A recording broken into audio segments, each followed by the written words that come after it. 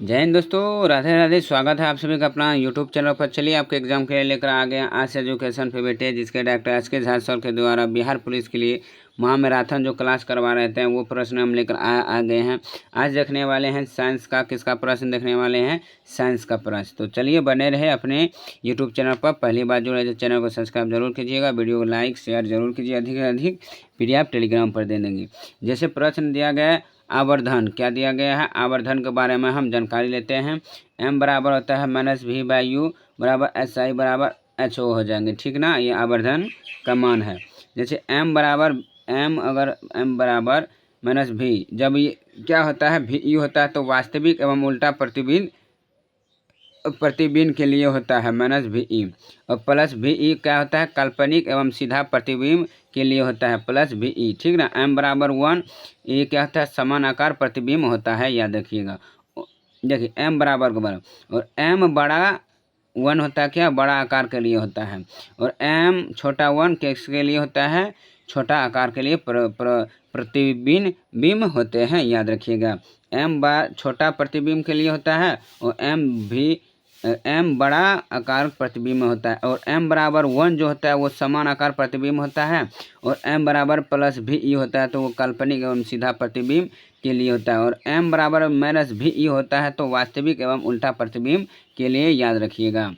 अगली है कि वस्तु के प्रतिबिंब की ऊंचाई से वस्तु के प्रतिबिंब की ऊंचाई से वस्तु की ऊंचाई का अनुपात कहलाता है। तो क्या कहलाता है? वो आपका राइट आंसर क्या हो जाएंगे? ऑप्शन ए डी हो जाएंगे, रेखीय आवर्धन कहलाता है, याद रखिएगा। नेक्स्ट प्रश्न को बढ़ते हैं। आवर्धक का शीशा होता है,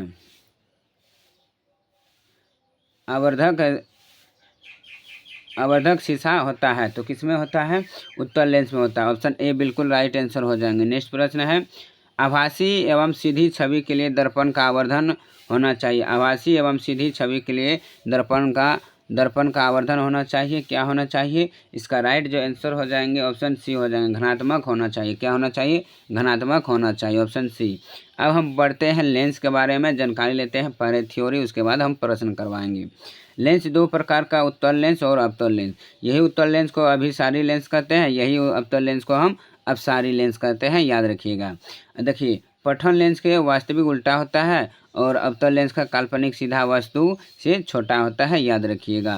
नेक्स्ट प्रश्न को बढ़ते हैं। उत्तल लेंस में प्रतिबिंब का स्थान देखिए किस तरह से होता है? -1 तो इस तरह से आपका आकार बना रहता है। तो अगले प्रश्न को बढ़ते हैं। अब अवतल लेंस के बारे में जानते हैं। अवतल लेंस वस्तु के किसी भी स्थान के लिए काल्पनिक सीधा होता है। कौन?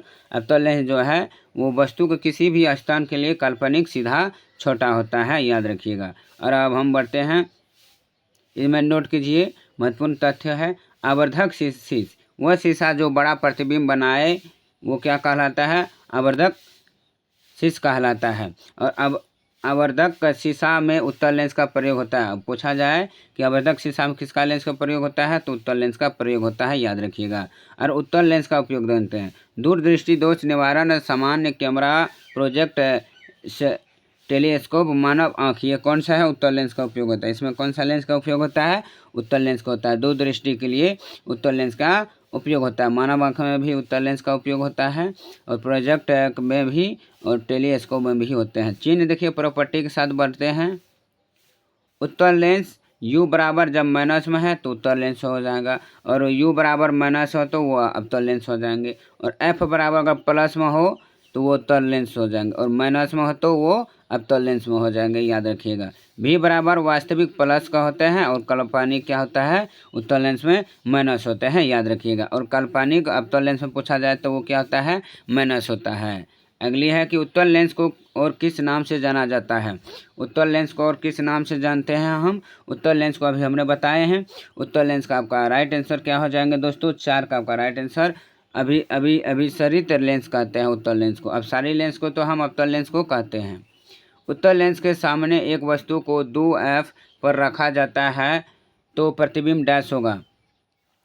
इसका जो सही आंसर हो जाएगा 5 का आपका राइट आंसर ए हो जाएंगे, 2f पर हो जाएंगे, याद रखिएगा। कौन सा लेंस केंद्र पे में पतला होता है? कौन सा लेंस केंद्र में पतला होता है? तो आपका राइट आंसर क्या हो जाएंगे? अब तो लेंस क्या होता है? लेंस केंद्र में पतला होता है। ऑप्शन ए बिल्कुल राइट आंसर हो जाएंगे। मानव आँख में डैश लेंस है, मानव आँख में कितने लेंस है, मानव आँख में जो है कौन लेंस लगा जाता है, तो उत्तल लेंस लगाया जाता है। ऑप्शन बी बिल्कुल आपका राइट आंसर हो जाएंगे। नेक्स्ट प्रश्न की ओर बढ़ते हैं। अगली सवाल आपका है, आवर्धक लेंस में किस प्रकार का लेंस प्रयोग किया जाता है, आवर्धक लेंस में किस प्रकार का लेंस का प्रयोग किया जाता है, आपका राइट आंसर हो जाएंगे बी, उत्तल लेंस का प्रयोग किया जाता है। बी बिल्कुल आपका राइट आंसर हो जाएंगे। नेक्स्ट प्रश्न है, दूरदृष्टि दोष दूर करने के लिए किसका प्रयोग किया जाता है, दूरदृष्टि दोष को दूर करने के लिए अवतल दर्पण, उत्तल दर्पण, अवतल लेंस या उत्तल लेंस का। तो दूरदृष्टि दोष को दूर करने के लिए किसका उपयोग किया जाता है, तो उत्तल लेंस का उपयोग किया जाता है। ऑप्शन डी बिल्कुल आपका करेक्ट आंसर हो जाएंगे। 9 का ऑप्शन डी बिल्कुल आपका राइट आंसर हो जाएंगे। नेक्स्ट प्रश्न को बढ़ते हैं, निकट दृष्टि दोष को दूर करने के लिए किसका उपयोग किया जाता है, निकट दृष्टि दोष को दूर करने के लिए किसका उपयोग किया जाता है, अवतल दर्पण, उत्तल दर्पण, अवतल लेंस या उत्तल लेंस का। तो कमेंट आप लोग कीजिए, निकट दृष्टि दोष को दूर करने के लिए किसका उपयोग किया जाता है। तो 10 का आपका राइट आंसर क्या हो जाएंगे दोस्तों, 10 का आपका राइट आंसर अवतल लेंस के लिए, निकट के लिए अवतल के लिए और दूर के लिए उत्तल लेंस के लिए होता है, याद रखिएगा। अगली प्रश्न कि उत्तल और अवतल लेंस में से संबंधित कौन सा कथन सत्य है, उत्तल और अवतल लेंस से संबंधित कौन सा कथन असत्य है, आपका राइट आंसर हो जाएंगे 11 का आपका सही आंसर हो जाएंगे, इसका एक मुख्य फोकस होता है, ये कथन बिल्कुल आपका रॉन्ग है। नेक्स्ट प्रश्न को बढ़ते हैं। आपका अगली प्रश्न है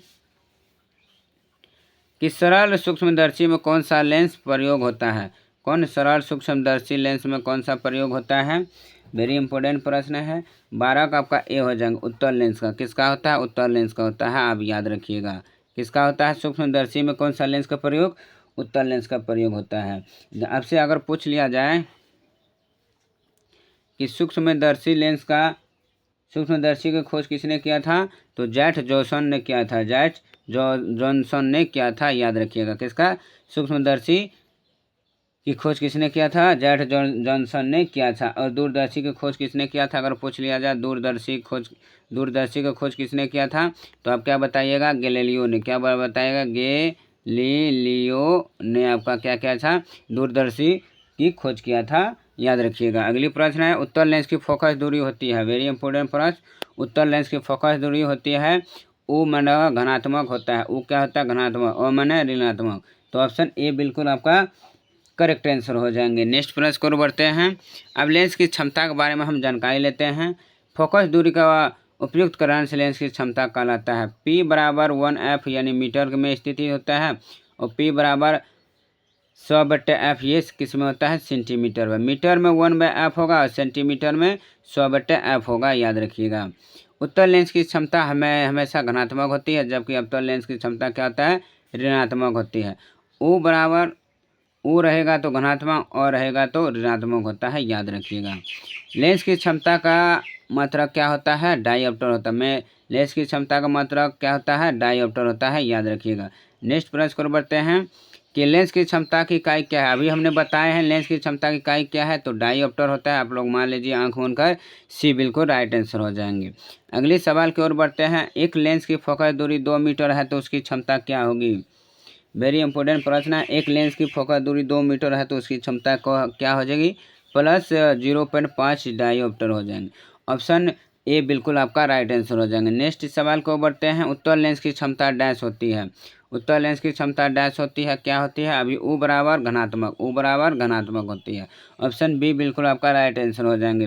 अवतल लेंस की क्षमता डैश होती है, अ बराबर ऋणात्मक, अ बराबर क्या हो जाएगा, ऋणात्मक हो जाएंगे। ऑप्शन बी बिल्कुल आपका करेक्ट आंसर हो जाएंगे। नेक्स्ट प्रश्न को बढ़ते हैं। अगली प्रश्न को बढ़ते हैं। आपका लेंस की क्षमता किस पर निर्भर करती है, लेंस की क्षमता किस पर निर्भर करती है, तो लेंस की पदार्थ पर, लेंस की रेंज पर, लेंस के आकार पर, या लेंस की फोकस दूरी पर। तो कमेंट आप लोग कीजिए कि लेंस की क्षमता किस पर निर्भर करती है। तो राइट आंसर इसका हो जाएंगे 18 का ऑप्शन डी हो जाएंगे, लेंस की फोकस दूरी पर निर्भर करती है। लेंस की क्षमता किस पर, लेंस की फोकस दूरी पर निर्भर करती है। तो चलिए दोस्तों, आज के लिए बस इतना ही था। ये 18 नंबर का प्रश्न था। तो ये आपका साइंस से संबंधित प्रश्न था। उम्मीद है कि आपको ये सारे प्रश्न अच्छे समझ में आ गए होंगे कि किस तरह से प्रश्न पूछेंगे। तो पहले थ्योरी करवाए, उसके बाद प्रश्न आंसर करवाए हैं। तो उम्मीद है कि पसंद आए तो वीडियो को जरूर लाइक कीजिएगा, और चैनल को पहली बार जुड़े तो प्लीज़ इस चैनल को जरूर सब्सक्राइब कीजिए। आपके 16 जुलाई तक भी जिसका है उसके लिए भी हम करवाते रहेंगे, और अब बाकी आपके आगे भी करवाते रहेंगे 30 जुलाई तक। तो आज के लिए बस इतना ही, मिलता हूँ फिर नेक्स्ट वीडियो के साथ, पॉलिटी के साथ। इसके बाद हम ज्योग्राफी लेकर आते हैं। तो तब तक के लिए धन्यवाद, ऑल द बेस्ट, जय हिंद।